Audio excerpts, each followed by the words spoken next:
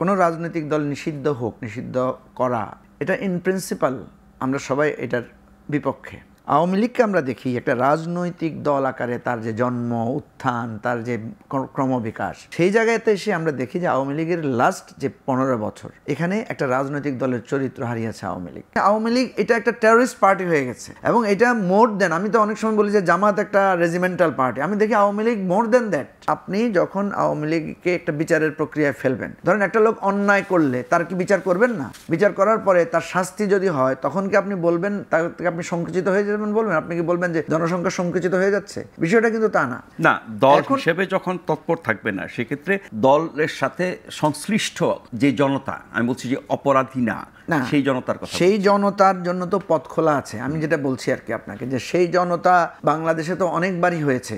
বাংলাদেশের দল নিষিদ্ধ তো নতুন ঘটনা না। আপনার বাংলাদেশে যখন মার্শাল ল ছিল সব দলের কার্যক্রমই তো বন্ধ ছিল। আওয়ামী লীগের কি রাজনৈতিক না, আমি বলছি সঠিক ছিল। আমার একটা কোর বক্তব্য হচ্ছে কোন রাজনৈতিক দলকে নিষিদ্ধ করে তার তৎপরতা বন্ধ করা যায় না, ঠিক আছে? কিন্তু আমরা এই জন্য বলেছি আওয়ামী লীগকে শুধু আপনি আইনগতভাবে নিষিদ্ধ করলে হবে না, আওয়ামী লীগের বিরুদ্ধে একটা সাংস্কৃতিক, সামাজিক, রাজনৈতিক প্রতিরোধ গড়ে তুলতে হবে।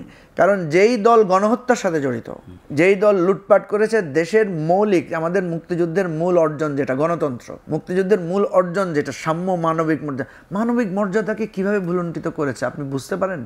আপনার কি সে দৃশ্যটা মনে নাই যে আপনার ওই যে বিএনপির নোয়াখালীর ওই যে এমপিকে যে পুলিশ যে পিটালো সংসদের সামনে, জয়নাল আবেদিন ফারুককে কিভাবে পিটিয়েছে? এটা কি অতীতে দেখেছেন কোন রাজনৈতিক নেতার সাথে পুলিশ সেরকম আচরণ করেছে? কখনো দেখেছেন? তো এরকম ঘটনা তো আমরা তো বলেছি যে অনেক ঘটনা আওয়ামী লীগ যেটা করেছে। সেই জায়গা থেকে আমি বলছি যে এটা সংকুচিত হবে না, বরং আওয়ামী লীগের মধ্যে যারা বেটার তারা কিন্তু এখন নতুন দল করতে পারবেন, তারা কিন্তু একটা নতুন উদ্যোগও নিতে পারবেন। এই যে দেখেন যে আপনি যখন একটা ভুল ট্রিটমেন্ট করবেন তখন কিন্তু আরেকটা নতুন রোগের সৃষ্টি হবে। আমি পার্শিয়ালি ব্যারিস্টারের সাথে একমত যে আপনাকে এখানে আওয়ামী লীগের সাথে একটা ন্যায্য আচরণ করতে, সেই ন্যায্য আচরণটা হচ্ছে তাকে প্রপারলি বিচার করা, তাকে সাংস্কৃতিকভাবে, রাজনৈতিকভাবে তার প্রত্যেকটা অপরাধের বিষয়টা তাকে তুলে ধরা, দুটো জিনিস করা। যারা অপরাধী তাদেরকে শাস্তি দেয়া, আর যারা মানে অপেক্ষাকৃত অপরাধী নয় যারা বলবে, তারা যদি আপনার কাছে এসে প্রমাণ করে, ভুল স্বীকার করে, তাহলে তাদের জন্য স্পেস খুলে দেওয়া, যেটাকে আমরা বলছি রিকনসিলিয়েশন প্রসেস।